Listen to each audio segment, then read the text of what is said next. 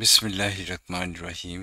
ষষ্ঠ শ্রেণী প্রিয় শিক্ষার্থীবৃন্দু, আশা করি তোমরা ভালো আছো। প্রিয় শিক্ষার্থীবৃন্দুরা, আজকে আমরা তোমাদের গণিত বই অনুসরণী 2.3 এর 21 নম্বর থেকে 25 নম্বর পর্যন্ত এই অঙ্কগুলোর সমাধান করব। তো প্রিয় শিক্ষার্থীবৃন্দুরা, এই অঙ্কগুলো করার জন্য আমি একটা পিডিএফ তৈরি করছি। চলো আমরা পিডিএফ এ নিয়ে যাই। আশা করি তোমরা আমার পিডিএফটা দেখতে পাচ্ছ। ষষ্ঠ শ্রেণী গণিত 2025 অধ্যায় 2.3 অনুসরণী সমাধান 21 থেকে 25 পর্যন্ত। প্রিয় শিক্ষার্থীবৃন্দরা, অঙ্ক শুরু করার আগে তোমাদের প্রতি অনুরোধ, দয়া করে আমার চ্যানেলটা সাবস্ক্রাইব করো, ভালো লাগলে কমেন্ট করো, শেয়ার করো।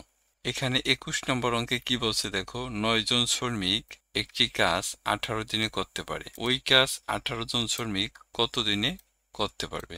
আমাদের এই অঙ্কটায় 18 জন শ্রমিক কত দিনে কাজটা করব এটা বের করতে বলছে, অর্থাৎ দিন সংখ্যা বের করতে হবে। প্রিয় শিক্ষার্থীবৃন্দুরা, অঙ্কটা আমরা এইভাবে করতে পারি যে 9 জন শ্রমিক একটি কাজ করে 18 দিনে। তাহলে একজন শ্রমিক একটি কাজ করব বেশি দিনে, বেশি হলে কি হয়?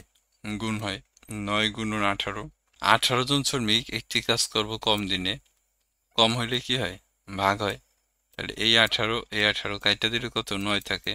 তাহলে ওই কাজ 18 জন শ্রমিক 9 দিনে করতে পারবে। এটা হচ্ছে আমাদের 21 নম্বর অঙ্ক বন্ধুরা। আশা করি তোমরা আমার অঙ্কটা বুঝতে পারছো।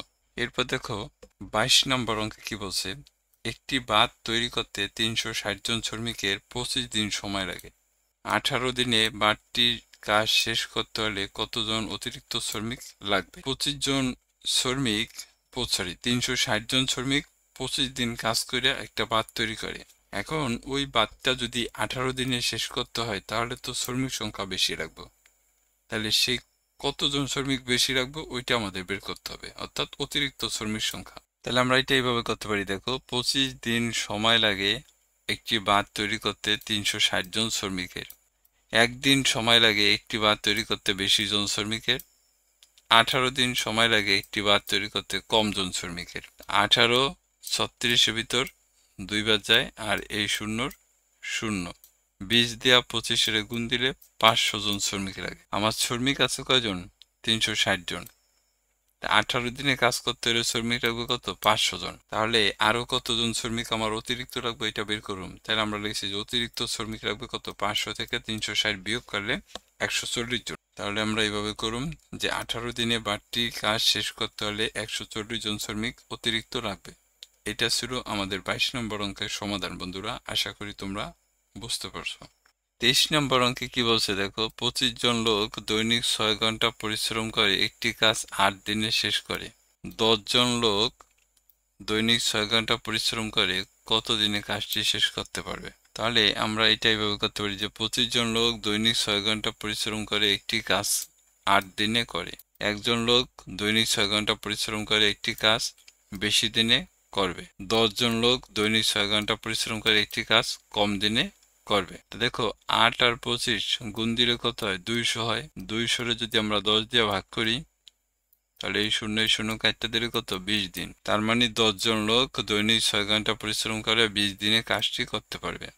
এটা ছিল আমাদের 23 নম্বর অঙ্ক বন্ধুরা। আশা করি তোমরা আমার অঙ্কটা বুঝতে পারছো। প্রিয় শিক্ষার্থীবৃন্দু, আবারও তোমাদের প্রতি অনুরোধ, দয়া করে আমার চ্যানেলটা সাবস্ক্রাইব করবা, ভালো লাগলে কমেন্ট করবা, শেয়ার করবা। 24 নম্বর অঙ্কে কি বলছে দেখো, একজন স্কুল ছাত্র প্রতিদিন সাইকেল চালিয়ে 2 ঘন্টায় 10 কিলোমিটার পথ অতিক্রম করে স্কুলে আসা যাওয়া করে।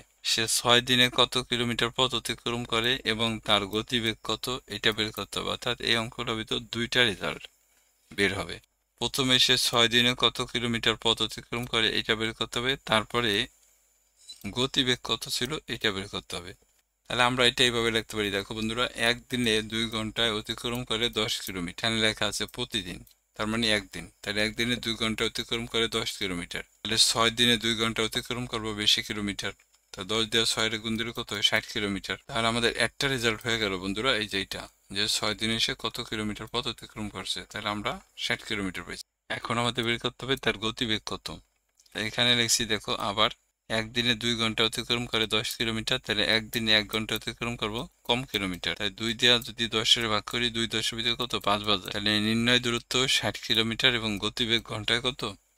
5 কিলোমিটার। এটা ছিল আমাদের 24 নম্বর অঙ্ক বন্ধুরা, আশা করি তোমরা বুঝতে পারছো। এবার দেখো 25 নম্বর অঙ্কে কি বলছে, রবিন দৈনিক 10 ঘন্টা করে হেঁটে 12 দিনে 480 কিলোমিটার অতিক্রম করে। দৈনিক 9 ঘন্টা হেঁটে সে কত দিনে 360 কিলোমিটার অতিক্রম করতে পারবে? এখানে দিন বের করতে হবে। তাহলে আমরা এই অঙ্কটা এইভাবে করতে পারি বন্ধুরা, দেখো যে দৈনিক 10 ঘন্টা করে হেঁটে 480 কিলোমিটার অতিক্রম করে কত 12 দিনে। দৈনিক 1 ঘন্টা করে হেঁটে 480 কিলোমিটার অতিক্রম করতে বেশি দিন সময় লাগবে। দৈনিক 1 ঘন্টা করে হেঁটে 1 কিলোমিটার অতিক্রম করব কম দিনে। দৈনিক 1 ঘন্টা করে হেঁটে 360 কিলোমিটার অতিক্রম করব বেশি দিনে।